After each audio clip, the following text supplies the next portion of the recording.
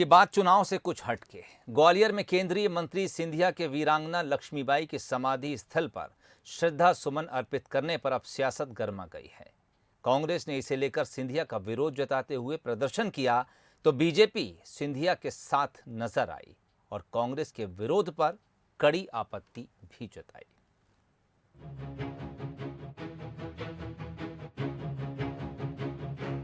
सिंधिया ने ग्वालियर में रविवार को पहली दफा वीरांगना रानी लक्ष्मीबाई की समाधि स्थल पर श्रद्धा सुमन अर्पित किए। समाधि स्थल पर माथा टेका तो उनके विरोधी चौंक उठे।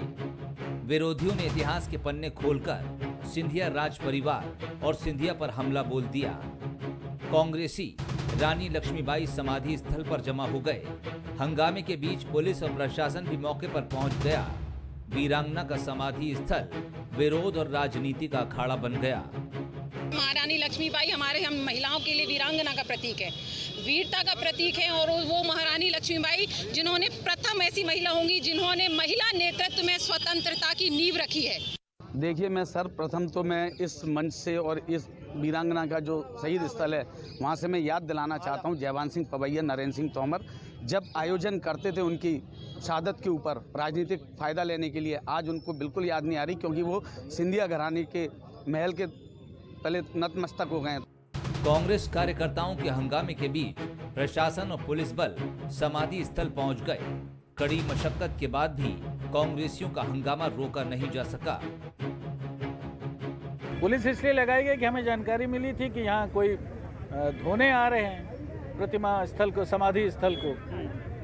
पुलिस इसलिए लगाई थी। ये सियासत क्या जगह ही नहीं है, ये तो अपना श्रद्धा भाव समर्पित करने का जगह है। कोई भी आकर करे, वो आए, एक एक करके गए, माल्यार्पण भी करके आए। पूरे घटनाक्रम को लेकर बीजेपी सिंधिया के पक्ष में है। कांग्रेस के हंगामे की निंदा की जा रही है। बीजेपी तो ये तक कह रही है कि इतिहास को वामपंथियों ने तोड़ मरोड़ कर लिखा है। इतिहास तो इतिहास है, आप भी पढ़ते, हम भी पढ़ते हैं। और इतिहास उस समय जो स्थिति थी उस स्थिति को अपने हिसाब से अलग अलग इतिहासकारों उसको वर्णित किया है। खासकर जो वामपंथी लोग हैं उन्होंने अपने हिसाब से इतिहास लिखा है। जो वास्तव में इतिहास लिखा जाना चाहिए था भारतवर्ष का, वो तो लोगों के सामने आया ही नहीं है।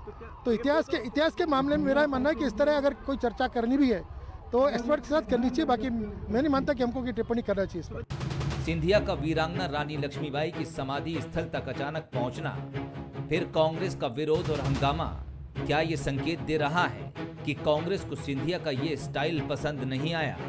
लेकिन सिंधिया को जो करना था वो कर गए। शीश भी झुकाया, नमन भी किया, फूल भी चढ़ाए। अब आपको लकीर पीटना है तो पीटते रहिए। प्रहलाद सिंह, बंसल न्यूज, ग्वालियर।